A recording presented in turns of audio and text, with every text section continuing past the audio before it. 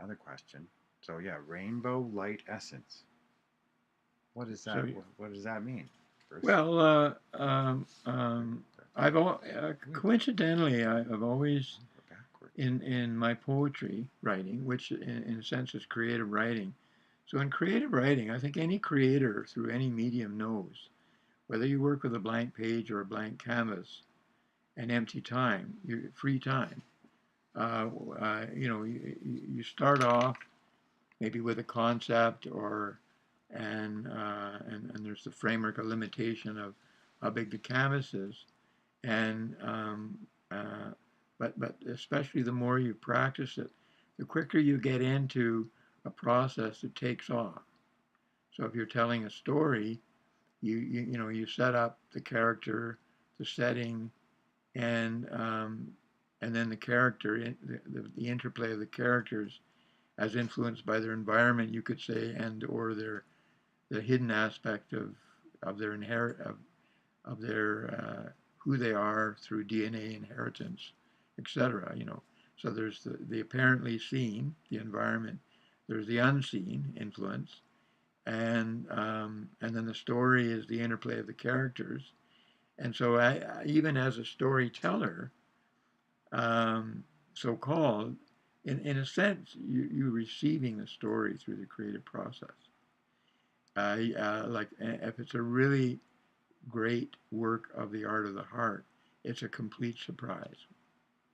Whether it's a story or a poem or a painting, you really you the perceiver or the left brain, the more surface aspect of ourselves, ideally clearly understands that this came through you, not from you.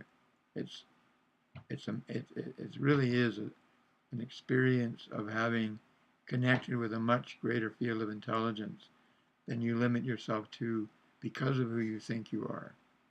And so poetry writing is one of the methods you of Sufi meditation, or and singing hymns, which is poetry, is a method of Christian meditation and or prayer.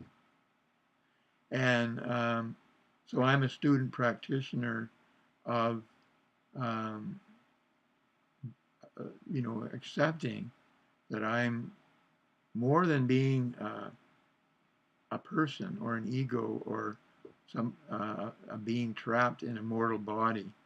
I'm a spiritual person having a human experience. And so then when I really uh, begin to get a sense by catching myself in the mirror and glimpsing all the things about myself I'm hiding or I'm not willing to accept. I see myself as many others see me, and everyone's going to see me differently. Eventually, I get comfortable with uh, the fact that I have a dark side, I have a light side, and within the dark side and the light side, within the black and the white, the rainbow light of the wholeness of the experience exists.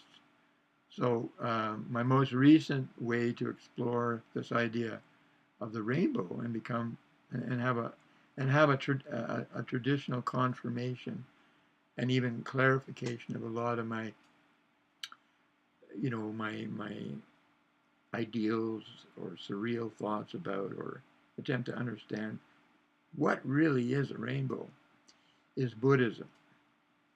And in Buddhism, we actually have a teacher who's very much a Renaissance man who can be viewed on Gaiam TV. His name is David Wilcock. And I began to spend more time taking in what he's saying after reading two of his books, one each summer. Hmm. One was called The Source Code Field, and the other one was called The Synchronicity Factor, or something like that. And these were the blending of science and mysticism, verifiable science, confirming, you could say, airy fairy mysticism, or poetic mysticism, and vice versa. and the fact that the Russian people, it was out of Russia that this book came um, about psychic phenomena. I forget the name of it, but this groundbreaking book. My mind is here and there, and I'm aging, so remembering the psychic discoveries behind the Iron Curtain with the book was the first time that we in the West saw a book like that. Well, it turns out that the Russian people behind the Iron Curtain have been exploring through science, through peer-reviewed science, the mystic since before the 50s. Well, yeah, and in fact had a lot to say about what they discovered, which wasn't being allowed to be published on the international scene. So a lot of what David Wilcox is revealing in the here and now is Supernature. He's kind of bringing us up to date on science that has already been done and proven. So this blending of science and mysticism, one confirming the other or supporting our ability to look at it with our left logical thinking and as one valuable aspect of the view, our right brain, you could say, view that does not see limit to space or does not see time as limited in a linear way, etc. Gives more perspective on what history has actually taught us about how to relate to the here and now. So on Gaiam TV, he's saying that 160,000 people have graduated from the Buddhist system of spiritual study and practice by becoming rainbow body in the full scientifically validated view of people like us. Meaning a dying person, imagine I'm dying, but let's have a little psychodrama here. Imagine, I start croaking and Darren is saying, about to freak out and say, don't worry, Darren, you'll enjoy this. Hang in there, buddy. I know what I'm doing in this process. I've been studying this for years. So the masters would do that. And what the viewers would see, different versions of it, but in some cases, the body would actually shrink as a physical body into a tiny, you could say, shrunken body form, which we still have on the planet. And people would see rainbow light leaving the body. They would actually see the spirit leaving the body as rainbow light. In other cases, the body would totally dematerialize in full view and be seen to leave this reality as rainbow light. And in many other cases, enlightened masters leave in a way where that kind of experience, which is pretty shocking, and in effect, miracles like that aren't really allowed to happen unless people are agreeing that, yeah, I'm ready for this experience. So quite often, that direct view is hidden from most people and only directly seen by a few people who have the right level of perceptual balance, you could say, not to be shocked out of their skin by the experience. But you have these masters leaving, being cremated, and amazing phenomenon happen, such as huge rainbows and phenomenon which are you would describe as a synchronicity. Some would try to say, or are allowed to call it a coincidence. Well, what a coincidence. So-and-so died, we had this mind-blowing rainbow. Well, the difference between a coincidence and a synchronicity is a coincidence it's just an accident, it's a random accident. Nice, but there's no connection. But a synchronicity, by definition, according to, you could say as a word in the language set of psychology, psychology means, by knowing how the mind works, it's a science of the soul. So in the language of psychology, so synchronicity is a psychological word which says that if we do the probability examination of this or a few occurrences together in terms of them being mere accidents, the probability that they were mere random accidents is so great that it's much more scientific to understand as, and we'll say as an open theory, that actually they're very connected. Yeah, well, And there have been cases of people who had a premonition that a loved one died, yeah, and then they get a phone call the next day. They say, hey, that it would actually happen. yes, So that's the kind of things I would call synchronous. yes, The probability of something like that happening is very small. yes, A dream or a yes, sensation that someone very close to you, a parent, a loved one, is in peril, yes, or this deep sadness overcomes you, or anxiety, and then you get a phone call, yes, maybe even just an hour later, saying, yes, you're not, sit down for this. You're not going to yes, believe this, but yes, and so those kinds of things have definitely happened. yes, Definitely been documented. yes, For sure, and people have experience with yes. that. For those who agree to have those experiences, because I've experienced. I'll shorten the story, but I go to a bookstore, and there's a pretty girl there. And we're neighbors and friends, and so in a town like Saskatoon, we have the small town quality where even though we only went, or in a big city, I'm only here to buy my book. Don't waste my time. I'm in a hurry. And my life is so busy. No, everything is an excuse to if the other person wants to spend some time being neighbors and friends without any agenda except wow. And so I go back to this store. I'm talking with we'll call her Crystal. I believe that was her name. I haven't seen her for a while. She people come and go. And I was referring back to a synchronistic experience she'd been a witness of.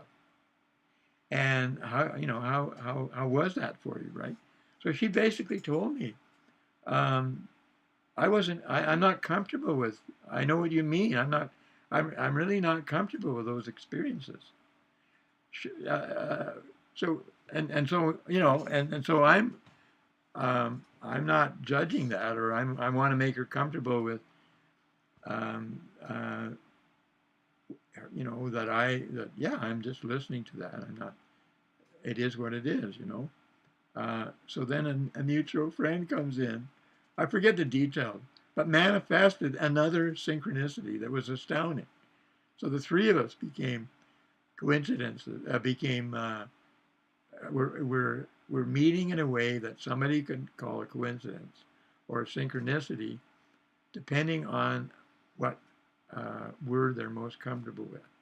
Because when you call it a coincidence, you say, wow, what an accident, but I don't need to think about it any further. But when you call it a synchronicity, you're saying, wow, this is revealing there's a lot more going on here than I'm aware of. And am I comfortable with that? So would you say that that's like a rainbow light essence expressing itself in those moments then? Yeah, this invisible connection we have is kind of allowing us to choose whether or not we're comfortable with that perception. Because, in my philosophy, what happens, that's the primary symptom that whatever you've been doing as practice on the side, we call spiritual practice, is a tune-up for being awake to the magic in your everyday walk, and allowing the magic to reveal itself, and then not jumping out of the scene and saying to everyone, "Did you see that? Do you see that the miracle is happening? Do like just try to remain remain calm." I really had to learn that, and I could tell you stories where I had to learn. Remain calm. Don't jump out of your skin, because then you'll spoil everything, and allow everyone to see it or not see it. So to sum up, I would say a miracle can happen in a room where there are 10 people, and 3 of them can see it and understand that it's a gift of knowing these things are possible through agreement and co-creativity and surrender. And the other 7 people may even have been looking directly at it, but not seen it, or seen it and then completely forgot about it 3 seconds later. Right. Sometimes we want to forget because it disturbs our place and where we are right now. And it's like that didn't really happen. But we just kind of we put it out of our mind. We get busy and we forget about it. Yes. Because Yes. it troubles us. Yes. Because it suggests that there's something far deeper Yes. going on and that we're just not ready to Yes. accept yet. So can I go for a few more minutes? Sure. Yeah. Well, I mean. So the lilac, this is lilac philosophy part 2, and so let's get to, in my perception, what something really simple and practical, which is that the primary characteristic of these larger angelic rainbow divine forces is that they operate through free will, through agreement, through co-creativity, through balance, or in other words, It's a whole other world there. when through creativity, and I've witnessed this in myself and many others, we inevitably arrive at a bridge that creativity has opened our hearts to perceive more directly in the here and now. Everything is process, and we will inevitably get to a bridge, which I've called the Rainbow Bridge, but you can also call it the black bridge of the dark night of the soul. And in Christian experience, most people become born again or have a born again experience as a surviving of that rite of passage, where what could have taken them out, their thought, or we'll say a fear, manifested in such a real way, the shadow side manifested in such a apparently real and deadly form, that it will take you out, often through your own hand as a suicide. As long as you fail to realize that the problem is that you really have limited your perception completely to the tight framework of your ego, and that you don't really believe that there is anything else, such as a loving creator. And as a result of which, what is attacking us, the negative power will always try to invade or attack us, and is the teacher. The adversary becomes a teacher to the degree that how we've limited ourselves, in kind of an egg that we'll call the ego, has taken away our belief that any help will come if we ask for it. But divine help can only come when we crack open from this tight little disbelief cage that we put ourselves in, and we cry out for help, and keep crying for help without any attachment to outcome. And to me, that's the birth cry that I have to say, and I could tell you the longer story of it, is the only reason why I'm still here. That I had that experience. I'd seen many artists go through, and some of them I saw they didn't survive, that they died in a way that clearly was their own, you could say that the murderer within is what one poem called it through my process, that the self-hate that we tried and convicted ourselves to self-hate within a cage of limitation. And it's been festering away, that we, instead of being our own best friend, we secretly become our own worst enemy, to the degree that that's actually manifested one way or the other. And Wow. so the Buddhism portrays this manifestation through for all kinds of horrible faces, and says these horrible faces of our doubts and our fears that Dante also described at the beginning of the poet's journey, waking up through the creative process to being a soul in hell, threatened by beasts of, of, of our own projection, of our own demons of fear and jealousy and greed and hate and anger, only to have, and it could be a Buddhist teacher, it could be a Christian person extending their hand. They're on the other side of the names and forms of Christianity. They really do have the enlightened teaching through that school, or a Buddhist teacher, or a poet. So in the Divine Comedy, it's Virgil comes along, extends his hand to Dante, and says, "Fear not. You know, we've all been there. We who have gone on before, as Christ, as Buddha, as Rumi, as you name them, all of the elders of all the traditions, the Kogi elders, the Mayan elders, people who have come back, like Drunvalo Melchizedek, as bodhisattvas, to be in this movie with us where there is so much fear, to remind us, as Buddhism reminds us, at the heart of the medicine wheel of enlightenment, on the other side of our darkest fear, when we cry out to the light, to be reminded that we are that light, then the black bridge of the dark night of the soul becomes a rainbow bridge. And when we walk on the rainbow bridge, like we walk on water, like we walk on fire, like we walk through bullets and they don't touch us, like we're on this planet, which is a ball in empty space, traveling in relationship to so many other atoms of planets, and with such intricacy the mind cannot comprehend it. Such as at the end of 2001: A Space Odyssey explodes under our feet and morphogenically changes into its essence as rainbow light.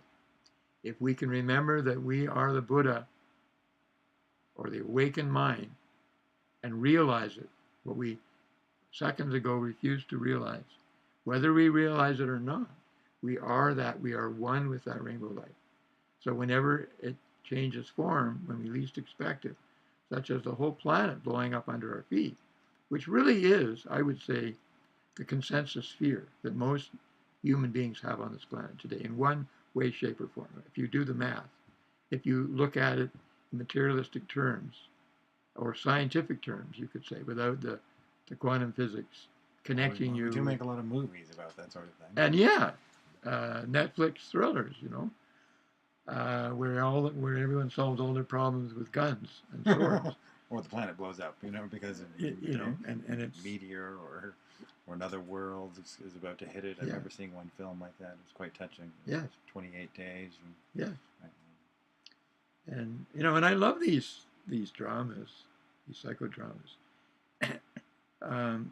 But the good guy, the bad guy, are two sides of the same person. So that the worst villains that I look at are reflections of that.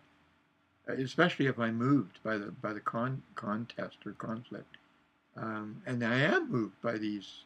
We all are, you know.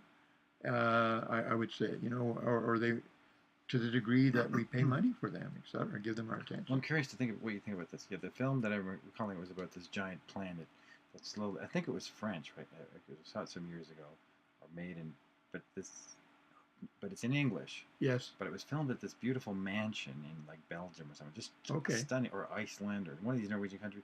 But it's about this dinner party at the end of the world. Basically, this planet is coming towards them closer and closer. Yeah. And at first, people don't believe it. There are groups who say like, you know, like it'll pass. Yes. But then it becomes clearer and clearer that it's just the end. In the end, it just shows this one group of people just staring up as as things are starting to be torn, the planet is convulsing, quakes are happening, and they're just sitting there together as they wait. Yeah, no, I love these kind of movies. What does that say about us? Because to me, a good movie is about human characters. You said about we're so afraid of the world ending. Well, I mean, there are many movies like that, science fiction movies, and for me, I think they're valid to the degree that the emotions expressed by the characters, each in their role, teach us about human emotion, and which Greg Braden would say really is the school of the heart. Expressing emotion, and you could say so. In answer to your question about that science fiction concept, let me take you. So I'm saying there are many like that, and there's also my favorite ones are about time travel. And why do you time travel? You go back to the past before something terrible happened in order to change, reroute the energy, and then it doesn't happen, and even the memory of it is gone, right? But one of the greatest. That all the time. Maybe.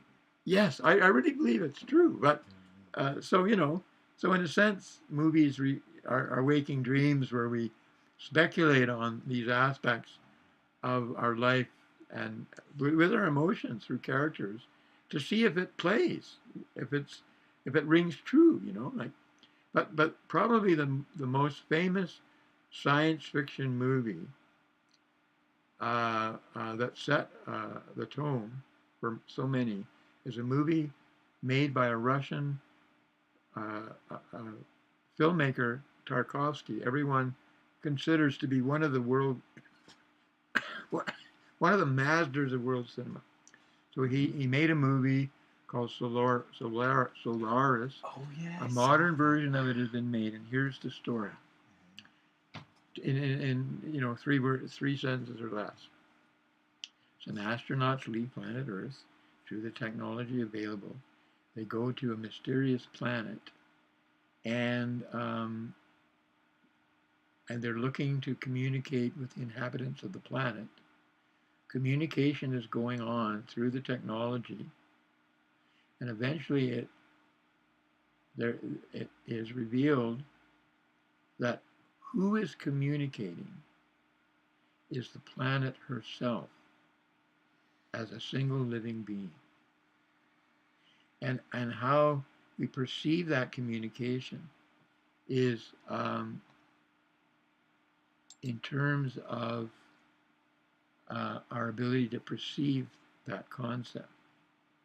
And so what happens when we can't perceive the simplicity of the complexity is the energy of a great statement like that triggers us into, you could say, the many different memories, dreams. We're trying to sort through all these scenes, trying to understand. So it's kind of like one movie, Blow Up, was based on a novel written by a South American author. So one of the styles in South American novel writing is called magic realism. And in magic realism, the scenes, everything that's portrayed is shown to be that our waking reality is equally valid with what happens in our dreams. So in a classic novel by a South American writer, you don't know whether the scene that you're witnessing is like waking or a dream scene. And the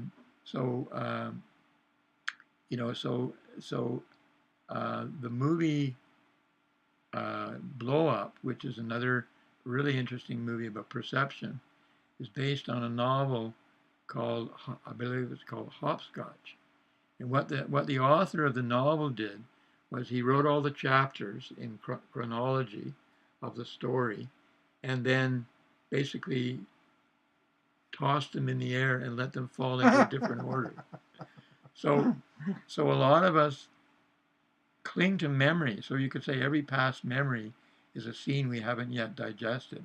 because we're avoiding understanding the bigger story of who we are and what we've done and what the result will be karmically of things that we haven't forgiven we can't each other. Experience things fully until we remember it.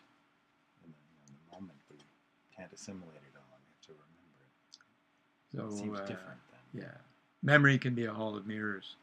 And every mirror is a doorway. And each doorway you go through, you enter a room where there's a different scene that seems to be disconnected until eventually you discover, for example, one shock is that actually you're dead, but you haven't moved on. So your spirit is wandering around like in a little ball of denial of death. Bliss. There was a movie about that too. Yes. Bliss. Very funny. So, but maybe we can pause here because it's going to. Lilac Philosophy Part 2. Thank you for listening. We'll carry on with that at another point. All right.